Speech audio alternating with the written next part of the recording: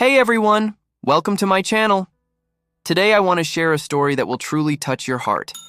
It is about a man named Michael Carter who walked into a small barber shop one cold morning with nothing but $1 in his pocket and hope hanging by a thread.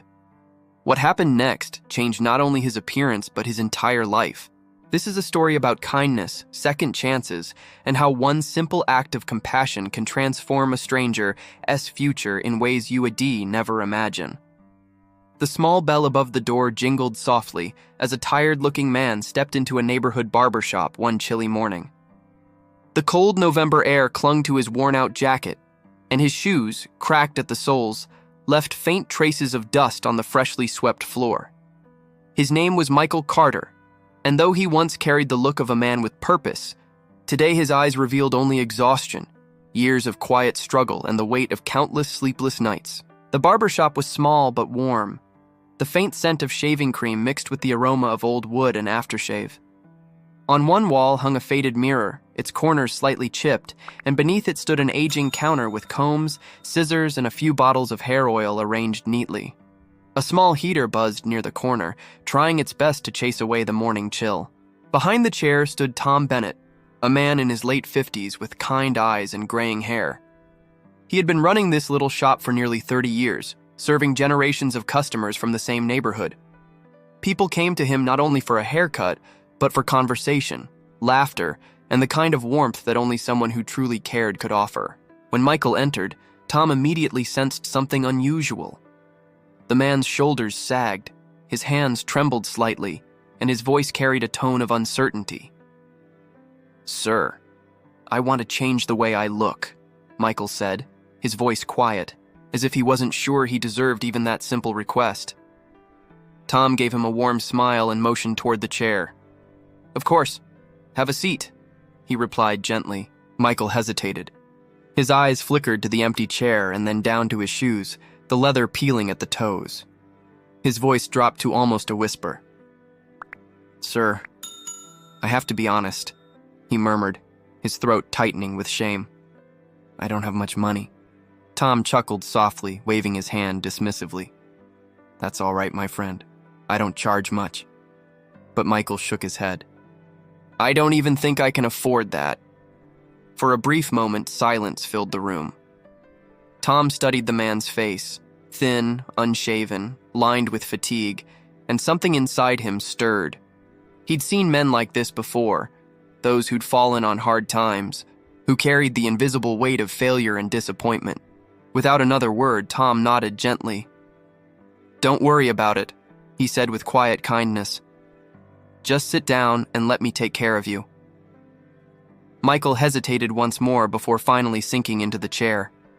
The leather creaked beneath his weight. He caught a glimpse of himself in the mirror. A stranger stared back. His hair was overgrown and matted, his beard uneven, and his face had the look of someone who had forgotten what it felt like to be seen. Tom picked up his scissors and comb and began working with calm precision. The rhythmic snip of the scissors filled the shop, and slowly, piece by piece, Michael's worn-out exterior began to fall away. With every careful trim, Tom revealed more of the man beneath the struggle. He didn't rush. He took his time, shaping the hairline, smoothing the edges, brushing away the years that had clung to Michael's face. As Tom worked, he spoke softly. "You from around here?" Michael nodded faintly. "I used to be. Moved away for work a few years ago.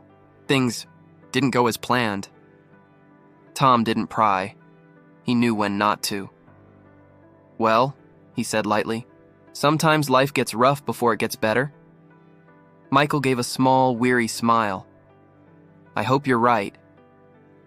When Tom finished, he reached for a warm towel and gently placed it on Michael's face. The steam carried a faint scent of eucalyptus, washing away the fatigue that had settled deep in his skin. For the first time in months, Michael felt something he hadn't in a long time: care. When the towel came off, Tom carefully shaped his beard and cleaned the lines of his face with steady, practiced hands. By the time he was done, the mirror reflected a man who looked years younger. His hair was neat, his beard trimmed, and his eyes, though still tired, shone with a flicker of renewed hope. Michael stared at his reflection, unable to speak at first.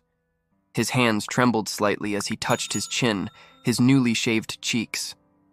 "I can't believe this is me," he said, his voice breaking. His eyes filled with tears. "Thank you, sir. I never thought I could look like this again." He reached into his pocket and pulled out a crumpled dollar bill. "This is all I have," he said softly, almost ashamed.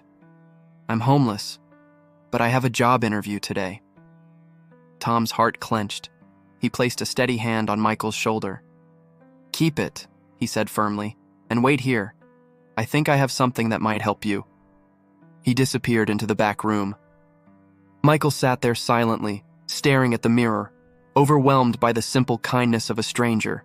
Moments later, Tom returned holding a neatly folded navy blue suit. "It's not brand new," he said with a gentle smile, "but it'll do for your interview."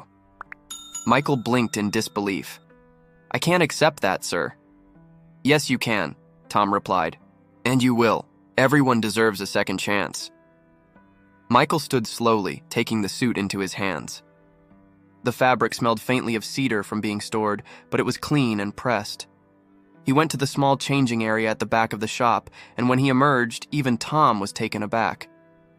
Gone was the weary, broken man who had walked in earlier. Standing before him was someone renewed, a man with dignity, ready to face the world again. Tears filled Michael's eyes. "Thank you so much," he said, his voice trembling. "You've given me more than a haircut. You've given me hope." Tom smiled quietly. "Go get that job," he said. "And when you do, come back and tell me about it." Michael nodded, unable to find the words.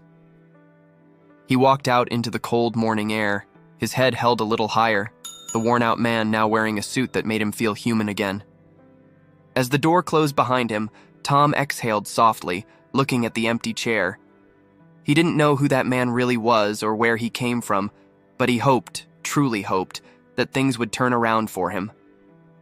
The city was alive that morning, but for Michael Carter, every sound, the hum of cars, the chatter of pedestrians, even the cold whisper of the wind, seemed muted compared to the storm inside him. He clutched the borrowed suit jacket close as he made his way toward the office building where his interview was scheduled. His heart raced, not from the cold, but from fear, the kind that creeps in when you have lost almost everything and you were standing at the edge of a chance that might be your last. The building was tall, with polished glass doors that reflected the city like a mirror. As he stepped inside, he felt small among the crowd of neatly dressed professionals. The receptionist at the front desk glanced at him politely. "Good morning, sir. Do you have an appointment?" "Yes," Michael replied, his voice low but steady. "Michael Carter. Interview with Mr. Green at 10. She smiled and checked her list. "You're right on time. Take the elevator to the 4th floor. They'll be with you shortly." He thanked her and stepped into the elevator. As it ascended, he caught his reflection in the stainless steel doors. For the first time in years, he saw a man who looked like he belonged somewhere. Not a drifter, not a forgotten soul, but a man trying again. When the doors opened, he was greeted by a friendly assistant who led him to a small conference room. Inside sat 3 people, 2 men and a woman, all dressed in formal suits. The man in the center, Mr. Green, looked up with a professional smile.